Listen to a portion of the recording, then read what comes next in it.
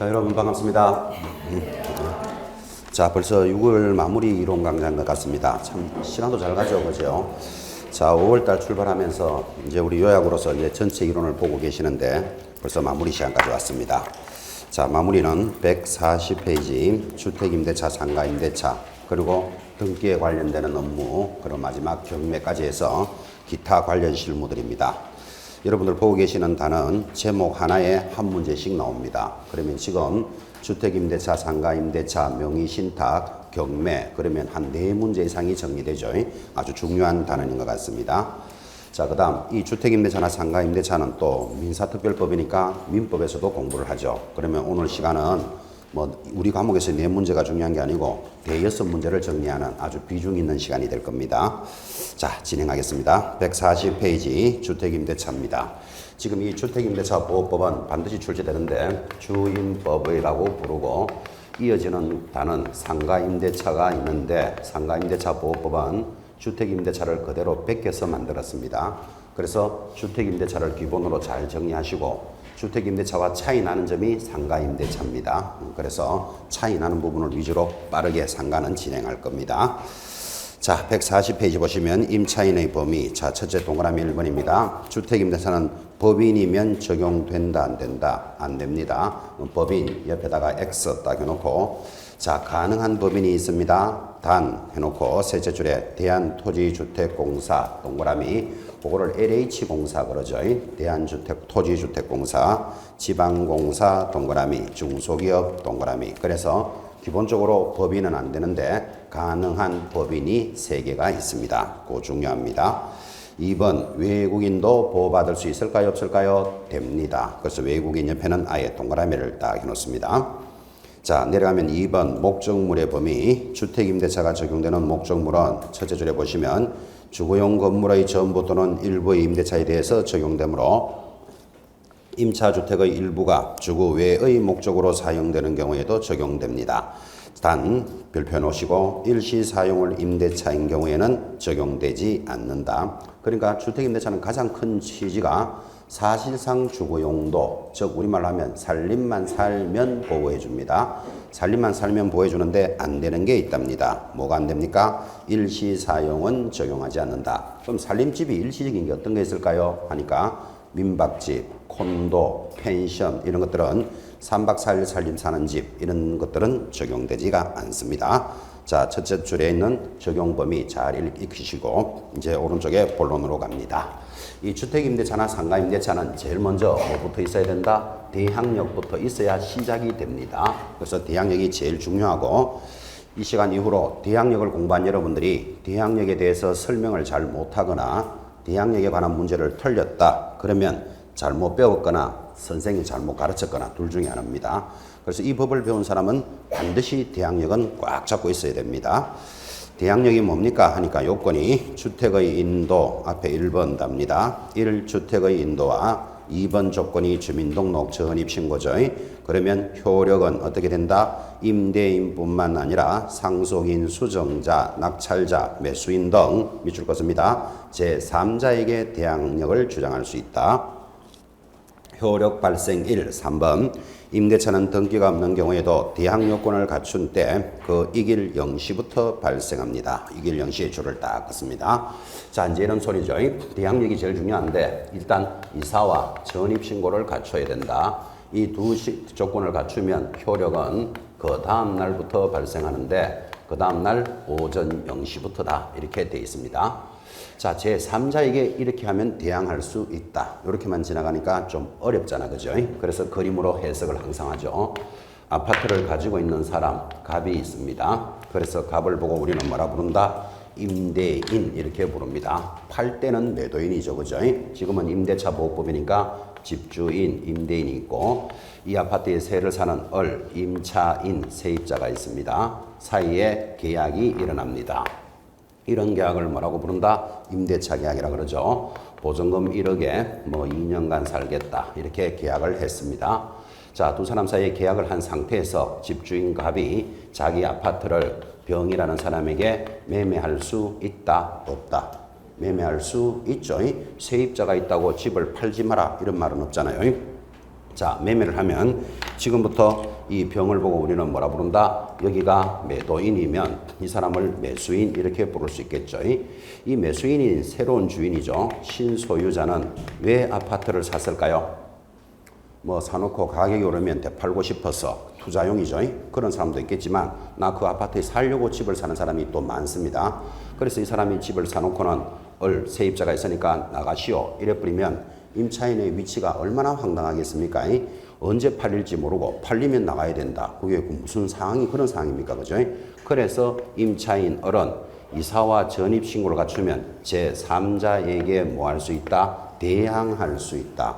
뭐를 대항합니까? 하니까 보증금도 돌려받을 수 있고 그 기간 동안 살 수 있는 힘, 이를 대항력, 주장하는 힘이다. 그죠? 굉장히 중요한 내용이죠.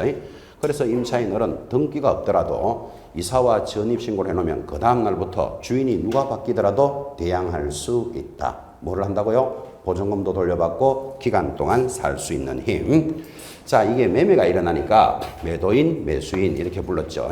근데 갑이 사망을 했다. 사망을 하면 이 아파트는 상속이 되었을 것이다. 이 정도는 되겠죠. 그러면 상속인이 새로운 주인이다 라는 데 동의하시겠죠. 상속인에게도 대항할 수 있다. 또 이 아파트가 경매 처분됐습니다. 그러면 누군가 낙찰을 받았겠죠. 경락인이 새로운 주인이잖아. 그죠? 경락인에게도 대항할 수 있다. 그러니까 매수인, 상속인, 경락인, 수정자 이렇게 다 말하려니까 귀찮아서 이런 사람들은 새로운 주인으로서 제3자로서 대항할 수 있습니다. 3자라는 뜻은 계약은 누구하고 누가 했다 그랬다? 갑과 을 사이 했다 그랬잖아. 그죠? 이 말고 나머지는 제3자고 3자에게 대항할 수 있다. 이 대항력이 있어야 지금부터 주택임대차보호법이 진행을 한다고. 그죠? 그래서 이 단원이 제일 중요합니다. 그랬고 교재 141페이지 하단에 보면 5번 유효한 공시 방법을 갖추어야 한다 라는 단원이 아주 간단하게 5개 정도를 정리했는데 민법에서는 이제 이 내용을 가지고 여러분들은 수업을 많이 합니다. 이런 이야기죠. 자, 이 을이 이런 힘을 가지려면 이사와 전입신고인데 이사는 정확하다, 정확하지 않다. 이사 정확하지 않습니다. 여러분이 1월 17일 내가 이사했다. 그러니까 1월 17일이 정확한 것 같지만 여러분들은 정확할 수 있어도 이런 사람 많아요. 원래 1월 16일이 일요일이에요. 그럼 1월 16일 이사를 해야 되는데 그날은 손 있는 날이다. 이런 말 들어봤나요, 여러분들? 손 있는 날은 이사 가면 안 된다 그러거든요. 그런데 나는 그날 아니면 이사 갈 날이 없어. 그죠? 그러면 뭐라고 이야기하냐면 그날은 솥단지만 하나 갖다 놓고, 그죠? 그 다음 날 다른 거 다 가져가면 이건 그 이사 손 없는 날을 피한 겁니다. 뭐 어쩌고 저쩌고 이럽니다. 그래서 솥단지 하나 갖다 놓고 그 다음 날 이사 갑니다. 그 이사한 날짜가 언제입니까? 어제입니까? 오늘입니까? 그것도 헷갈리고 어떤 사람은 일주일 내로 이사하는 사람도 있습니다. 오늘은 오광단지 하나 갖다 놓고 오늘은 밥솥 하나 갖다 놓고 오늘은 이부다리 하나 갖다 놓고 일주일 동안 이사하는 사람도 있습니다. 자, 그럼 그 이사 날짜를 언제로 봐야 되는데 애매하잖아 이게. 그죠? 그래서 이사와 전입을 갖추는데 이사는 좀 애매하니까 전입신고한 날이 이사된 날로 보면 아주 제일 정확하겠죠. 그죠? 그래서 전입신고는 어떻게 된다? 정확하게 공시되어야 된다. 지금 이야기를 진행한 거죠. 자, 정확하게 하라는 말은 A동 101호다. 그럼 A동 101호로 전입을 해야 되는데 이거를 A동 1101호로 글자 하나 딱 들어갔습니다. 그러면 인정할 수 있다 없다? 절대로 대항력은 인정할 수 없다. 그래서 대항력에 있어서 전입신고는 가장 정확하게 되어야 한다. 이제 이게 준비인데 이게 20, 30년 진행된 법이니까 사연이 얼마나 많았겠어요. 자, 이렇게 잘못 적는데 공무원이 잘못 적었다. 오기를 했다. 그죠? 자기는 정확하게 했는데 공무원이 잘못 적었다면 이거는 또 인정해준다. 이게 판례입니다. 같은 공무원이 들어오더라도 조심해야 될 거. 공무원의 지시로 잘못 적었다. 이거는 된다, 안 된다? 안 된다. 이런 것들은 같은 공무원이 들어오더라도 조심하셔야 됩니다. 공무원의 지시라는 말은 또 이런 거겠죠. 자, 여러분들이 상계동 17번지 A동 101호로 정확하게 전입신고를 했습니다. 그러니까 공무원이 뭐라고 이야기하는가 하면 지금 이 상계동 17번지하고 57번지 사이가 재개발이 일어났기 때문에 이제 지번을 싹 밀어서 상계동 1번지로 이제 다음 석 달 뒤에는 바뀝니다. 그러니까 주소를 상계동 1번지 A동 101호로 전입신고하세요 라고 지시를 하면 그거 안 들을 사람이 있다 없다? 다 들어주겠죠. 자, 그래서 상계동 1번지로 신고를 했는데 경매 처분될 때까지 그대로 17번지로 되어 있었다면 이것은 대항력을 인정할 수 없다. 그러니까 분통 터지는 판례죠. 그러니까 여러분이 만약 이런 상황을 겪었다 하더라도 당연히 뭐 한다? 소송 내겠죠. 그 소송이 1심, 2심, 3심까지 가서 대법원의 판단이 뭐다? 공무원의 지시로 잘못 적은 것은 인정해 줄 수 없다. 왜 그렇습니까? 하니까 전입신고는 신고만 하면 되는 게 아니고 수리가 되어야 한다. 이게 대부분의 판단입니다. 그래서 앞으로 여러분들은 전입신고할 때 신고만 하면 안 되고 가서 수리하는가 안 하는가 이렇게 열심히 보고 있어야 됩니다. 수리가 되어야 한다. 그죠? 같은 공문이 나오더라도 이런 개념도 주의하시면서 하단에 있는 5가지는 천천히 잘 읽으셔야 됩니다. 그리고 관련되는 판례도 준비가 되어 있습니다. 자, 넘어가니까 큰 3번 확정일자부 임차인의 우선변제권. 이제 대항력을 갖췄으면 보증금을 보호해주는 제도로서 첫 번째 뭐가 들어옵니까? 우선변제권이 들어옵니다. 자, 우선변제권이 무엇입니까? 하면 앞으로 이렇게 기억합니다. 대항력을 갖춘 자가, 대항력은 굉장히 중요하게 강조했습니다. 갖춘 자가 뭐를 찍으면 확정일자인을 찍으면 뭐가 있다? 우선변제권이 있는데 우선변제권이 무슨 뜻입니까? 하니까 2번 내려가면 효력, 경매 또는 공매 시, 경매, 공매에 동그라미 넣으셔야 돼요.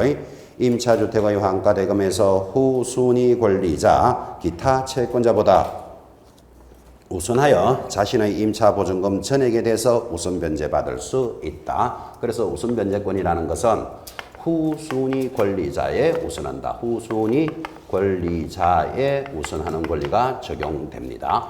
요 후순위라는 말은 선순위에는 대항할 수 없다. 그 말도 잘 이해하시고 후순위 권리자에 우선하는 우선변제권은 반드시 확정일자인을 받아야 한다. 이게 아주 중요한 개념이죠. 그죠?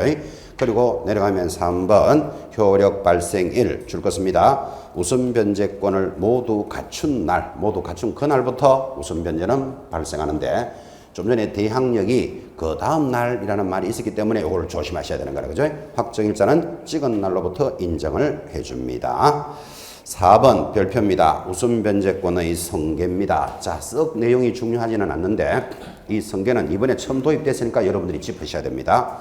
다음 각호 금융기관 등이 우선변제권을 취득한 임차인의 보증금 반환 채권을 계약으로 양수를 했다면 양수금액의 범위 안에서 우선변제권을 성계한다라는 게 도입이 됐습니다. 자, 이거는 또 이렇게 취지를 이해하시면 좋겠습니다. 지금도 크게 벗어나진 않았는데 한 1, 2년 전, 한 재작년쯤에는요. 전세금이 폭등을 했다. 이런 말 들어보셨나요? 지금도 크게 벗어나는 건 아닙니다. 지금 전세 자금 1억에 살고 있었는데 집주인이 기간이 끝나니까 2억으로 올려달란답니다. 아, 이거 금액 부담 크죠, 그죠? 1억에 사는 사람 보고 2억에 올려달라. 그러면 이 2억이 있으면 올려주면 되는데 없으면 어떻게 된다? 자금 대출 받아야 되겠죠. 자, 그래서 이 대출을 뭐라 부른다? 전세자금 대출인데 전세자금 대출 이자가 한 7%대를 고공행진을 합니다. 지금 금리가 1.5%입니다. 현재 금리가. 근데 전세자금 대출이 안 그래도 서민들이 얻는 전세자금이 7%대로 가니까 너무나 이자가 높은 거예요. 그래서 국가가 왜 이렇게 은행 보고 이자를 많이 받느냐 하고 물어보니까 우리도 1억을 대출해주고 저 사람이 원금을 안 갚거나 이자를 안 갚으면 위험 부담이 커지잖아. 그죠? 그러니까 이자를 많이 받을수록 위험을 줄일 수 있으니까 이렇게 많이 받는다 그러는 거예요. 그래서 좋다. 그럼 법을 고쳐주겠다. 어떻게 고친가 하면 금융기관이 대출한 금액만큼 성계를 하면 그것에 대해서 우선변제권을 인정해 주겠다. 그럼 인정을 해준다는 말은 회수하기가 훨씬 좋아졌다. 이 말이잖아요. 그죠? 그러면 이자를 떨어뜨릴 수 있는 효과가 생기더라고요. 그래서 지금 전세자금 대출 이자가 한 3%대까지 내려와 있습니다. 그래서 금융기관이 우선변제권을 뭐한다? 승계한다. 이 말을 이해하시라. 이 뜻이에요. 뭐 몇 프로가 중요한 게 아니고. 자, 그때 금융기관은 거기 보면 은행, 중소기업은행, 산업은행 이렇게 나는데 중소기업은행만 보면 생각나는 거 기업은행에 저금하면 기업이 산다 그러죠. 우리 은행에 저금하면 누가 삽니까? 우리가 살고 한국은행에 저금하면 한국이 삽니다. 여러분 어디 살아야 되는지 잘 생각해 보시기 바랍니다. 산업은행, 농협, 수산업, 최신관세 이런 게 들어오는데 자 이거를 다 외울 수는 없고 이거를 딱 보면 전부 다 어디다 1금융권에만 해당됩니다. 이게. 근데 정작 서민들이 많이 이용하는 2금융권이 없으니까 옆에다가 신협, X, 금고, X 해놓고 이거를 다 금융기관을 다 외울 수는 없는 거고 2금융권은 안 되는구나. 이 정도의 느낌은 체크합시다. 동그라미 2번 바로 밑에 우선변제권을 승계한 금융기관 등은 다음 각호 하나에 해당되는 경우에는 우선변제권을 행사할 수 없습니다. 승계를 하는데 다음 경우에는 안 돼. 기억, 대항 요건을 상실하면. 그러니까 대항력이 없으면 어차피 주택임대차가 적용이 안 되잖아. 그죠? 상실하면 적용하지 않습니다. 임차권 등기가 말소되면. 임차권 등기가 말소됐다는 말도 곧 대항력이 상실됐다 이 말이에요. 반 밑에 임대차 등기가 말소된 경우 결국은 대항력이 없어져. 등기가 없으면 말소돼 버렸잖아. 그죠? 이런 경우에는 우선 변제권을 행사할 수 없다. 동그라미 3번 이때 금융기관 등은 우선 변제권을 행사하기 위해서 임차인을 대리하거나 대위하여 임대차를 해지할 수는 없다. 이런 것들이 정리됩니다. 하단에 내려가면 5번 관련 판례 가볍게 확인해 주시고 이제 우리 실무에서 제일 중요한 144페이지 4번 소액 임차인의 우선 변제권이 들어왔습니다. 우리는 일명 이를 뭐라고 부른다? 최우선 변제권이고 우리 실무에서는 제일 중요합니다. 자, 최우선 변제권은 무엇입니까? 그렇게 물으면 대항력을 갖춘 자가 소액 보전금이면 최우선 변제권이 있습니다. 이때 여러분이 조심해야 될 거 확정일자를 찍고 이런 말 하면 틀린다. 이거 꼭 잡으셔야 됩니다. 그래서 최우선 변제권의 요소는 대항력에다가 소액 보전금이어야 한다. 그때 최우선 변제가 무슨 뜻입니까? 하니까 다른 담보 물권자보다 우선합니다. 자, 다른 담보 물권자에 우선하니까 이 다른이라는 말은 선순위냐 후순위냐를 따지지 않고 우선합니다. 다른 담보 물권자에 우선하는 권리 이를 뭐라 부른다? 최우선 변제권 그렇게 부르는데 자 첫째 줄에 역시 나타납니다. 보전금 중 일정액을 줄 거야 되죠. 다른 담보 물권자보다 우선하여 변제받을 권리가 있는데 이 경우 임차인은 주택에 대한 경매 등기 전까지는 요건을 갖춰야 됩니다. 경매 등기 전 밑줄 것입니다. 그러니까 누구보다도 먼저 해주는 게 최우선 변제인데 여러분 알다시피 지금 경매가 진행 중인데 갑자기 중간에 톡 뛰어들어가지고 내부터 먼저 해주시오. 그러면 그 경매가 엉망이 되겠죠. 그죠? 그래서 경매 되기 전까지는 최우선 변제의 요건은 갖춰야 합니다. 다만 근로기준법에 의한 소정의 임금 우선 채권과는 동순위로 배당받습니다. 그러면 이거는 나중에 경매에서 다시 체크하면 되니까 줄 정도만 꺼놓으시고 자 이제 이 단원에서 가장 중요한 거 즉 최우선 변제가 시험에 안 나오면 그만인데 나오면 반드시 묻는 게 정해져가 있습니다. 거기에 내려가면 최우선 변제에 제일 밑입니다. 2번 제일 큰 2번입니다. 소액 임차인인지 여부는 대항 요건 구별과 선순위 담보 물건 등을 개별적으로 판단하고 각 담보 물건 설정 개시점 당시를 임대차보호법으로 적용하는데 즉 지금부터 줄 것입니다. 소액 임차인으로서 임대차 계약의 체결하더라도 담보권자의 관계에서 주임법의 줄 것입니다. 종전 규정에 의해할 경우 소액 임차인에 해당되지 않을 수 있다. 자, 그 지문은 시험에 나온 지문이고 그 바로 밑에다가 적기를 말하는가 하면 선순위 담보 일자를 기준으로 한다. 그 뜻이에요. 선순위 담보 일자를 기준으로 한다. 지금 이거 설명 곧 할 겁니다. 자, 선순위 담보일자를 기준으로 한다. 그 뜻이고 왼쪽에 144페이지 4번에 보시면 최우선 변제는 얼마의 범위 안에서만 최우선한다. 2분의 1의 범위 찾았습니까? 거기도 동그라미. 그럼 그 두 가지는 최우선 변제는 안 나오면 그만이지만 나오면 무조건 묻는 게 지금 두 가지를 체크해 드렸습니다. 자, 다시 이렇게 갑니다. 최우선 변제권은 다른 담보 물건보다 우선해 주니까 가장 먼저 해줍니다. 그래서 최우선인데 대항력에다가 소액 보증금이어야 한다 그랬습니다. 그러면 소액이 얼마냐 알아야 될 거 아닙니까? 그래서 오른쪽 표를 보니까 2014년 1월 1일 현재 서울은 얼마로 되어 있습니까? 표 찾을 줄 알아야 됩니다. 9,500 이하일 때 얼마까지? 3,200만 원까지 최우선 해줍니다. 서울 거는 시험에 잘 나오니까 숫자 기억해 놓으셔야 됩니다. 과밀권역은요 하니까 8천만 원 이하일 때 얼마까지? 2,700만 원 이하까지 최우선 해줍니다. 광역시, 김포, 용인, 안산, 광주 등은 6천일 때 얼마까지? 2천만 원까지 최우선 해줍니다. 자, 나머지 이거 말고는 기타 지역은 어떻지요? 4,500 이하일 때 얼마? 1,500까지 최우선 해주는데 좀 숫자가 구질구질하지만 여러분들이 뭐는 기억해야 된다? 서울 것은 기억해야 된다. 시험에 잘 나오니까요. 자, 뭐 예를 들어서 양산지역, 양주 이런 것들은 기타 지역이잖아요. 거기 양주 지역에 시험 칠 수 있는 사람 50명도 안 돼요, 1년에. 근데 서울 수도권에서는 6만 명이 응시해요, 6만 명. 그죠? 그러니까 양주를 기준으로 해서 시험에 낼 일은 거의 없거든. 그죠? 그래서 서울 것은 기억을 해 놓으셔야 됩니다. 9,500 이하일 때 3,200까지 최우선해 주는데 지금 무슨 이야기를 했는가 하면 이 최우선 변제는 두 가지 조건이 있다. 2분의 1의 범위 내에서만 최우선해 줍니다. 그리고 방금 쳤지만 선순위 담보 일자를 기준으로 합니다. 선순위 담보 일자를 기준으로 하니까 종전의 기준에 따르면 최우선 변제가 안 될 수도 있다. 이 말하고 같은 말이에요. 선순위 담보 일자를 따르니까. 자, 이 두 조건을 지금 기억해 놓으셔야 되고 이거를 이해시키려고 제가 그림을 그리는데 여러분 그리지 말고 이해만 해야 돼요. 이 두 가지 기준을. 자, 2분의 1의 범위라는 말은 이런 말입니다. 이게 서울에 있는 주택입니다. 서울에 있는 주택으로서 세입자가 9,500에 두 사람이 산다고 칩시다. 자, 근데 이 주택이 경매 처분되기를 1억에 낙찰이 되었습니다. 자, 경매 처분됐으면 1억에 낙찰되면 이 세입자들은 얼마씩 최우선 변제를 받을 수 있을까요? 답은 2,500, 2,500씩입니다. 첫째 주의할 것. 지금 서울에서 9,500이면 3,200까지 된다 그랬잖아요. 근데 왜 2,500입니까 하면 1억이라는 대금에서 가장 먼저 해주는 게 아니고 2분의 1의 범위 내에서만 해준다니까요. 그럼 2분의 1이면 얼마다? 5천만 원이잖아. 그럼 5천 가지고는 3,200씩 해줄 수가 없잖아. 그죠? 그래서 나누기 2를 하니까 2,500, 2,500씩 들어가더라. 자, 그럼 여기서 하나 배울 수 있는 것. 지금 여러분이 현장에서 서울은 9,500 이하이면 무조건 3,200이 된다. 이렇게 설명하면 얼마나 틀리게 설명하는지를 이해하시겠죠? 3,200만 원까지 가능합니다. 만약에 무조건 3,200원 된다 했다가 2,500 나오면 개공사 보고 물어내라 그럽니다. 설명 잘못했기 때문에. 그죠? 그래서 실무에서 제일 중요한 편이다. 지금 그렇게 전달합니다.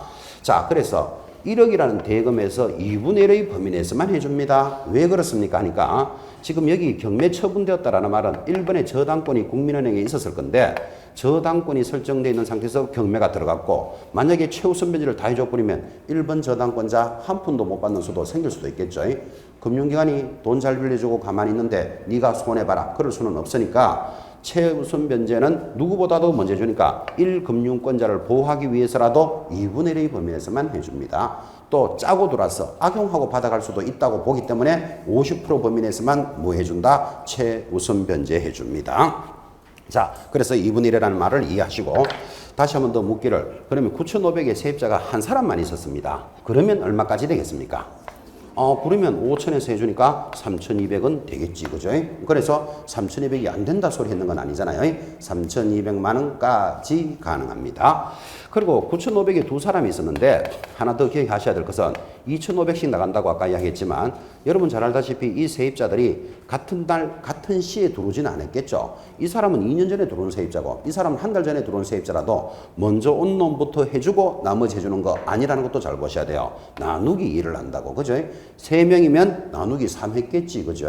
그래서 이것을 채권은 동등하다. 이 말도 하나 기억해 놓으셔야 됩니다. 채권은 순서에 관계없이 동등하게 배분합니다. 자, 2분의 1의 범위다. 이거 하나 기억하시고 두 번째는 선순위 담보 일자를 기준으로 합니다. 그러니까 선순위가 담보되어 있는 날짜를 따지니까 종전의 규정에 따르면 최우선 변제가 되지 않을 수도 있다. 그 말을 이해하셔야 되는데 이것도 그림은 이렇게 그릴까요? 자, 여기가 신림동입니다. 신림동은 여러분 서울에 있다는 거 아시죠? 여러분이 상계동에서 여러분 자신의 일이라고 치시기 바랍니다. 상계동에서 신림동으로 이사를 갑니다. 언제? 2015년 올해 4월 1일, 6월 1일 하자. 이달 초에 6월 1일 9,500의 전세 자금으로 신림동에 이사를 갔습니다. 가보니까 이 집에 2013년 1월 1일 국민은행에 500만 원이 설정이 되어 있는 아파트입니다. 자, 이런 주택에 들어가면 위험하다, 위험하지 않다. 위험하지 않다. 이 정도의 느낌은 와야 되죠. 지금 내가 전세 자금 얼마나 들어간다고요? 9,500에 들어가고 있습니다. 9,500인데 이 아파트가 그래도 2억은 되니까 한 9,500쯤 되겠죠. 자, 그럼 이 주택이 경매 처분되었다. 그럼 한 1억 5천 됐다 치고 1억 5천이라도 1순위가 얼마다? 500만 원이잖아. 그거 주고 내 거 받는 데는 전혀 문제 없죠. 그래서 서울에 있는 아파트들은 대체적으로 1순위에 국민주택자금대출 2, 3천만 원 정도는 대체적으로 다 있습니다. 자, 그러면 전혀 안전한 집에 들어갔는데 내가 9,500에 들어가니까 공부한 사람은 당연히 기억하셔야 되죠. 나는 최우선 변제를 얼마까지 받을 수 있을까요? 답해봐요. 여러분 자기 자신이 일이라고 생각해요. 상계동에서 신림동으로 6월 1일 이사를 갔다니까요. 얼마에? 9,500에. 그래 가보니까 1순위에 국민은행 저당이 500만 원이 2013년 1월 1일 설정이 되어 있는 주택이었습니다. 최우선 변제를 얼마까지 받을 수 있다? 답은 한 푼도 받을 수 없다. 그러니까 이게 실무에서 얼마나 중요합니까? 자, 최우선 변제는 내가 이사 가는 날짜를 기준으로 한다. 선순위가 담보된 날짜를 기준으로 한다. 선순위가 담보된 날짜를 기준으로 한다. 선순위 담보 언제 돼 있죠? 2013년 1월 1일이라고 그러잖아요. 지금 9,500일 때 3,200이 된다는 것은 2014년 1월 현재부터 그랬다 그랬잖아. 그죠? 종전의 규정에 따라야 된다니까요. 자, 그러면 2013년 1월 1일에는 서울에서는 최우선 변제가 얼마일까요를 여러분 잘 모르시잖아요. 잘 모르니까 그 표를 봐야 돼요. 그래서 시험에서는 만약에 이 문제를 내거든 표를 준다고요. 표를 보니까 얼마일 때 얼마로 되어 있습니까? 기념으로 줄 것이기 바랍니다. 7,500만 원 이하일 때 얼마까지? 2,500까지 이렇게 나오잖아요. 자, 그러면 국민은행이 이 집을 담보로 해줄 때는 7,500만 원 이하일 때 그때는 2,500까지는 무조건 국민은행이 자기보다도 먼저 나간다는 걸 알고 빌려줬다고. 그런데 어느 날 법이 바뀌어가지고 지금은 9,500일 때 3,200을 먼저 내줘버리면 국민은행이 불이의 손해를 보는 수가 충분히 있겠죠. 금융기관은 돈 잘 빌려주고 가만히 있는데 법이 바뀌었으니까 네가 손해봐라. 그럴 수는 없단 말이에요. 그래서 종전의 규정에 따르니까 나는 지금 9,500에 들어가면 해당된다 안 된다? 안 된다. 한 푼도 받을 수 없다. 이 말을 알았는 여러분들은 지금 현장에 나가서 중개업을 할 때 서울에서 9,500이면 무조건 3,200 된대. 그래 말하면 얼마나 실수하는 말인지를 아셔야 돼요. 뭐라고 이야기해야 된다? 담보 그 종전에 담보 날짜를 보고 판단해야 된다. 이렇게 이야기해야 됩니다. 한 번 더 할까요? 다시. 지금 여러분이 같은 신림동 이사를 갔는데 그 아파트가 2014년 5월 1일 국민은행에 예를 들어서 5천만 원이 설정되어 있더라. 그러면 나는 최우선 변제는 얼마까지 받을 수 있을까요? 자, 종전의 규정 2014년 5월 1일이다. 그러면 지금 어디 따라간다? 현재 기준에 따라가잖아요. 그러면 9,500이니까 얼마까지 가능하다? 3,200은 되겠지. 그죠? 그래서 안 된다는 소리 했는 건 아니잖아요. 뭐를 기준으로 한다? 선순위가 담보되어 있는 날짜를 기준으로 한다. 이 두 마디를 기억해 놓으셔야 돼요. 선순위가 담보되어 있던 날짜를 기준으로 한다는 말은 종전의 규정에 따르면 최우선 변제가 되지 않을 수도 있다. 그 말하고 같은 말이잖아요. 이게. 그죠? 이게 시험에 나왔던 문제니까 익혀 놓으셔야 됩니다. 내려가면 다섯 번째, 임차권 등기 명령 들어왔습니다. 자, 임차권 등기 명령은 또 항상 여러분한테 이렇게 전달했습니다. 그림을 보고 조문을 보는데 임차권은 채권이기 때문에 등기되는 게 아닙니다. 그런데 임차권은 등기라는 말이 딱 들어가면 명령에 의해서 등기를 해줍니다. 여러분, 등기라는 것은 물건에만 되는 겁니다. 물건에 대한 권리에 대해서 내가 이런 권리가 있소를 상대방에게 알리는 거예요. 그래서 그거를 공시한다 그런다고. 등기는 공시한다고요. 물건에 대해서만 등기가 되는데 임차권은 등기되는 권리가 아닙니다. 그런데 임차권 등기하면 반드시 명령에 의한 등기다. 왜 그렇게 명령을 합니까? 하니까 사연이 이렇다 그랬잖아요. 자, 건물 주인 갑입니다. 임차인 을입니다. 5천만 원의 전세를 살고 있었습니다. 이제 기간이 끝났어. 그러면 보증금을 받고 나가야 되는데 내가 서울에서 지방으로 전출도 됐습니다. 자, 그러면 지금 전출이 됐으니까 지방으로 가야 되는데 이 갑이 보증금을 안 내줍니다. 기간도 끝났는데 왜 안 내줄까요? 뭐 돈이 없었어. 또는 뭐 내주기 싫어서 이런 놈은 나쁜 놈이고 그 다음에 뭐 방이 안 빠졌어. 뭐 등등의 사연이 있겠죠. 자, 그러면 여러분 어리면 난감하지 않습니까? 일단은 지방으로 전출됐으니까 직장 따라 먼저 가야 되겠다. 가면 뭐가 깨진다? 대항력이 깨져버린다고요. 이사를 나가버리면. 그러니까 보증금을 안 내주는 것만 해도 위험한 상태인데 가지고 있는 대항력을 포기까지 한다는 건 너무나 위험하잖아요. 그죠? 그래서 내가 가지고 있는 임차권이라는 등기를 해주세요라고 신청을 하면 누구한테 신청한다? 지방법원장에게 신청을 하면 지방법원장이 명령에 의해서 등기를 딱 해주는데 그때 무슨 등기를 해주겠습니까? 하니까 1. 전입한 날짜 2. 뭐 주민등록 전입된 날짜 이거 뭐 보겠다? 대항력이 있는지를 보겠다. 세 번째 받아야 될 보증금 그리고 확정일자도 찍었으면 확정일자 찍은 날짜를 등기를 해놓고 이사를 나가더라도 이 등기로 인정을 해주겠다. 그래서 임차권 등기가 이루어지고 나면 이사를 나가더라도 자기가 가지고 있었던 대항력은 그대로 유지해 주겠다. 이게 임차권 등기 명령 제도입니다. 어떤 분은 보증금을 안 내주면 임차권 등기합니다. 임차권 등기를 하면 보증금을 내주는 줄 알지만 보증금을 내주는 게 아니고 가지고 있던 뭐를 인정해준다? 대항력을 전달해주겠다. 그 취지가 임차권 등기명령이고 여러분들은 이런 제도도 있어야 되는구나. 이것도 이해하셔야 돼요. 그 다음 중요한 거, 그러면 임차권 등기를 하고 갔습니다. 그러면 집은 비었겠죠. 빈 집에 누군가는 들어오겠죠. 그때 들어오는 자는 뭐는 인정할 수 없다? 최우선 변제는 인정할 수 없다. 이것도 시험에서는 아주 중요하게 관리해 놓으셔야 됩니다. 왜 최우선 변제를 인정해 주지 않습니까? 하니까 저 집주인이 돈을 못 내준 죄는 크지만 들어오는 족족 최우선 변제를 다 인정해 줘 버리면 저기 있는 1번 저당권자 또 한 푼도 못 받는 수도 생기겠죠. 그래서 이후에 들어오는 자는 최우선 변제권은 인정할 수 없다. 그렇게 상식적이고 여러분 밖에 나가보면 가끔 등기부를 딱 떼보면 임차권 등기가 되어 있는 주택이 가끔씩 보입니다. 그럼 여러분들은 이런 주택에 들어갈 때는 뭐는 포기하고 들어가야 된다? 최우선 변제는 인정할 수 없다. 정리하시고 나머지 것들은 가볍게 읽으시면 됩니다. 이제 6번부터는 존속의 보장입니다. 첫째 줄에 기간의 정함이 없거나 2년 미만으로 정한 임대차 얼마로 봅니까? 2년으로 본다. 2년의 동그라미. 그때 동그라미 2번 임차인은 2년 미만의 계약이 유효함을 주장할 수 있지만 임대인은 2년의 기간에 구속되므로 그 기간 만료를 이유로 주택의 반환을 청구할 수는 없다. 그렇죠?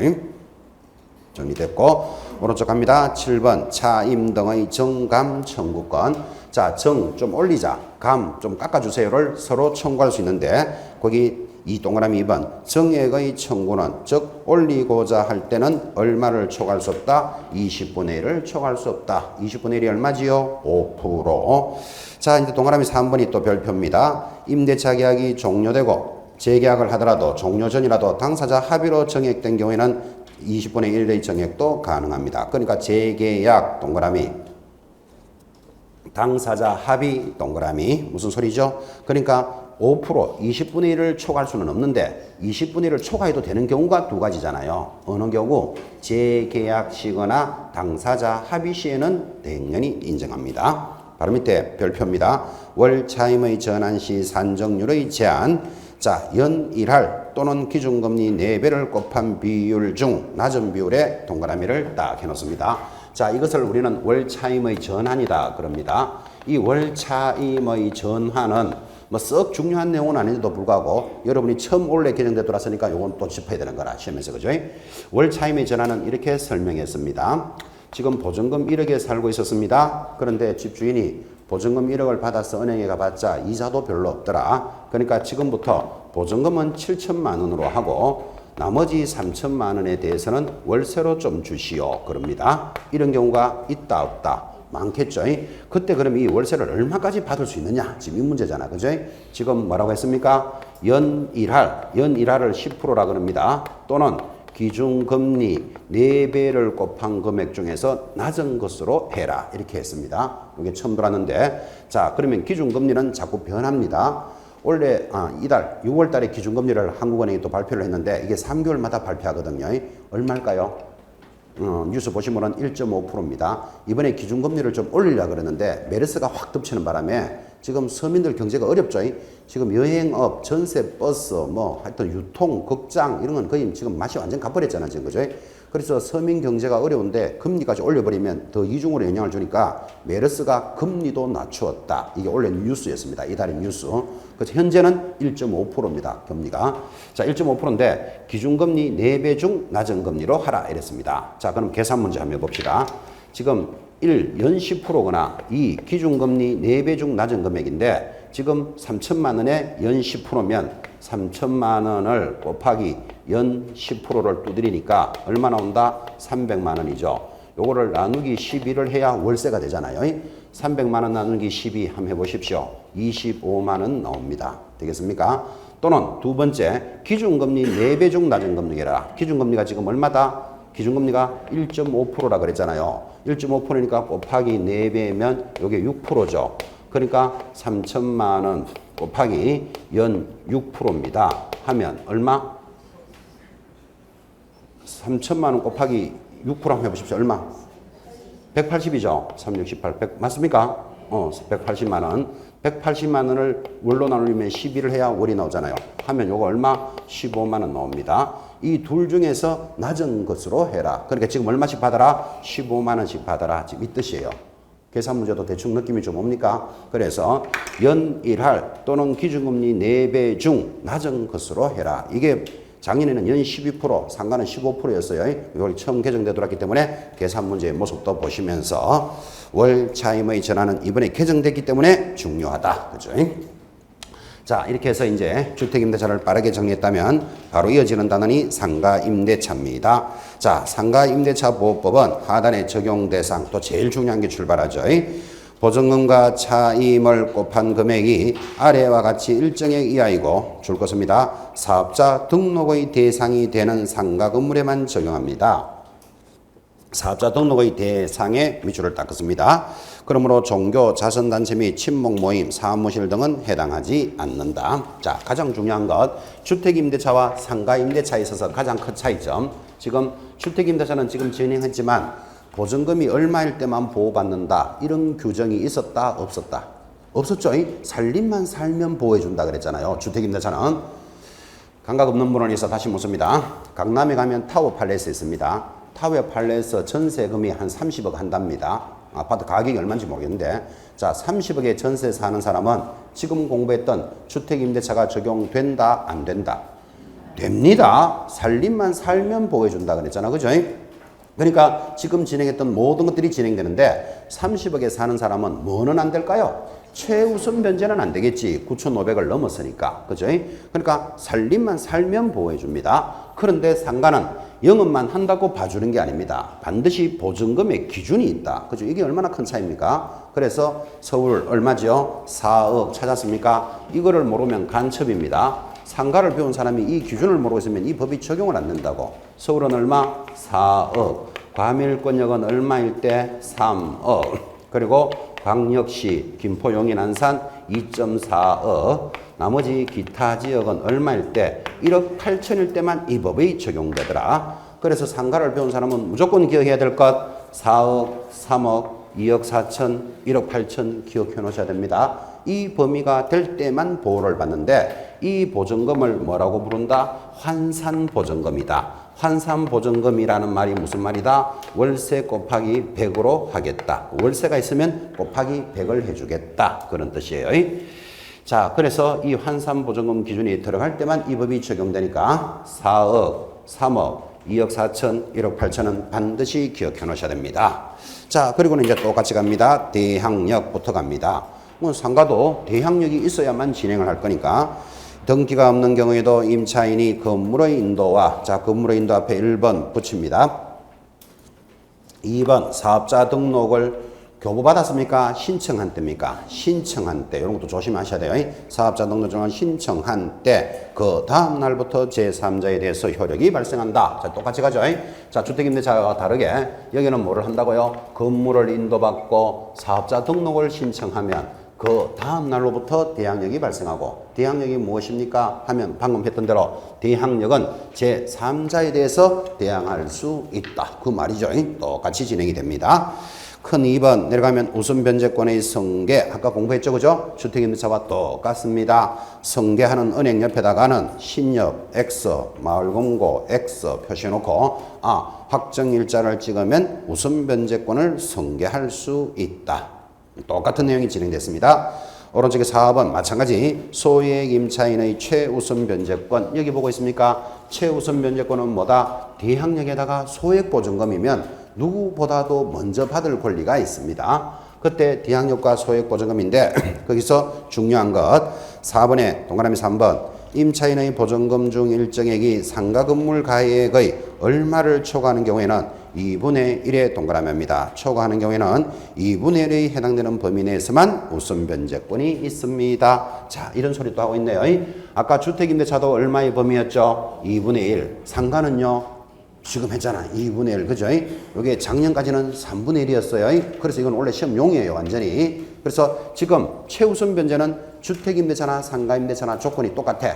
얼마의 범위? 2분의 1의 범위와 선순위 담보된 날짜를 기준으로 한다. 이 두 가지는 최우선 변제가 들어오면 항상 딱 새겨 놓으셔야 되고, 하단의 표에 보면 지금 서울에서는 최우선 변제가 얼마다? 6,500 이하일 때 2,200까지라는 숫자가 보이시죠? 그죠?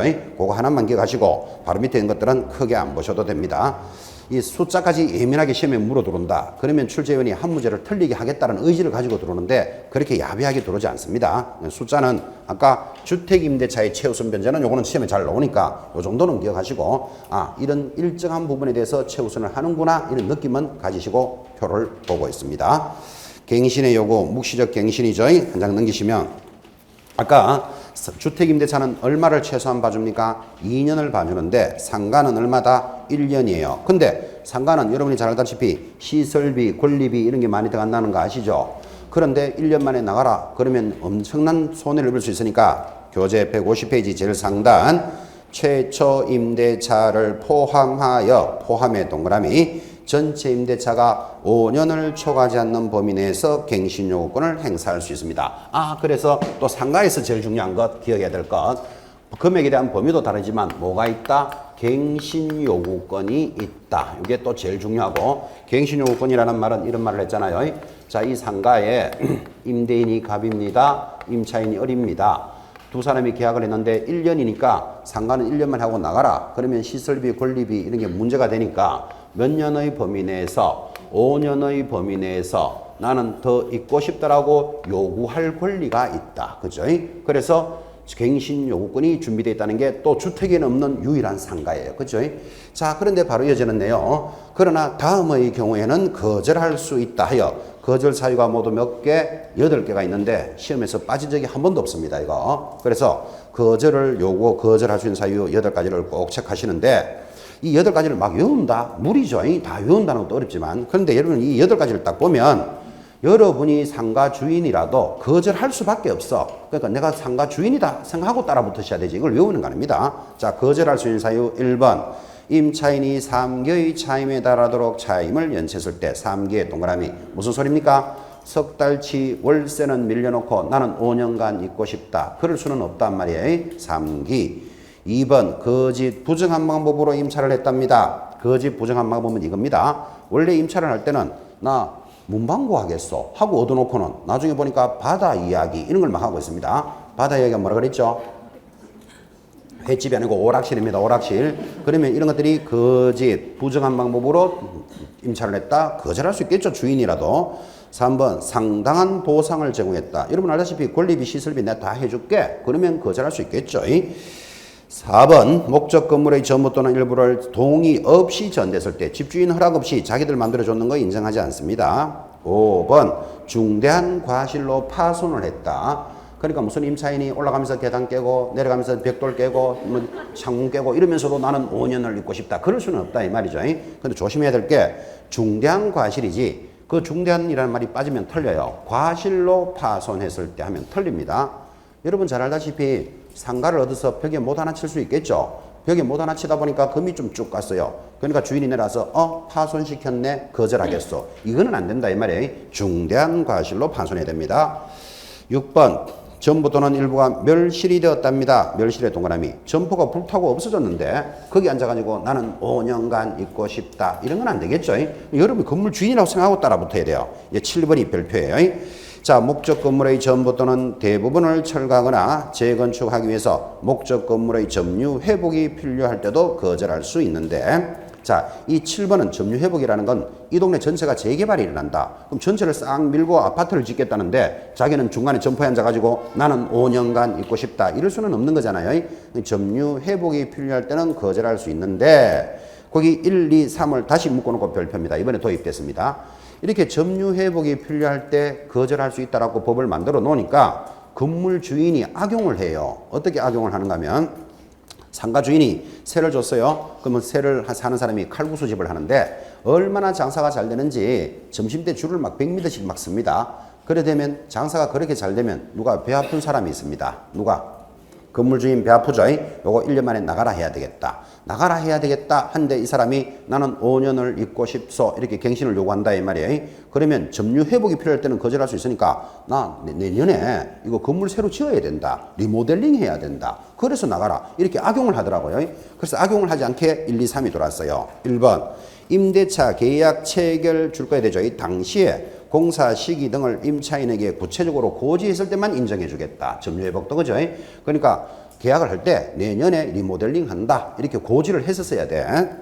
2번 건물이 너무나 노후 훼손되어 일부 멸실되는 등 안전사고 우려가 있을 때도 거절할 수 있고 3번 다른 법령에 따라 철거나 재건축이 이루어질 때도 할 수 있더라. 그래서 지금 점유 회복이 필요할 때는 거절할 수 있다 그랬죠. 근데 다음 세 가지 경우가 있을 때만 인정해 준다. 그거 꼭 잡고 계셔야 됩니다.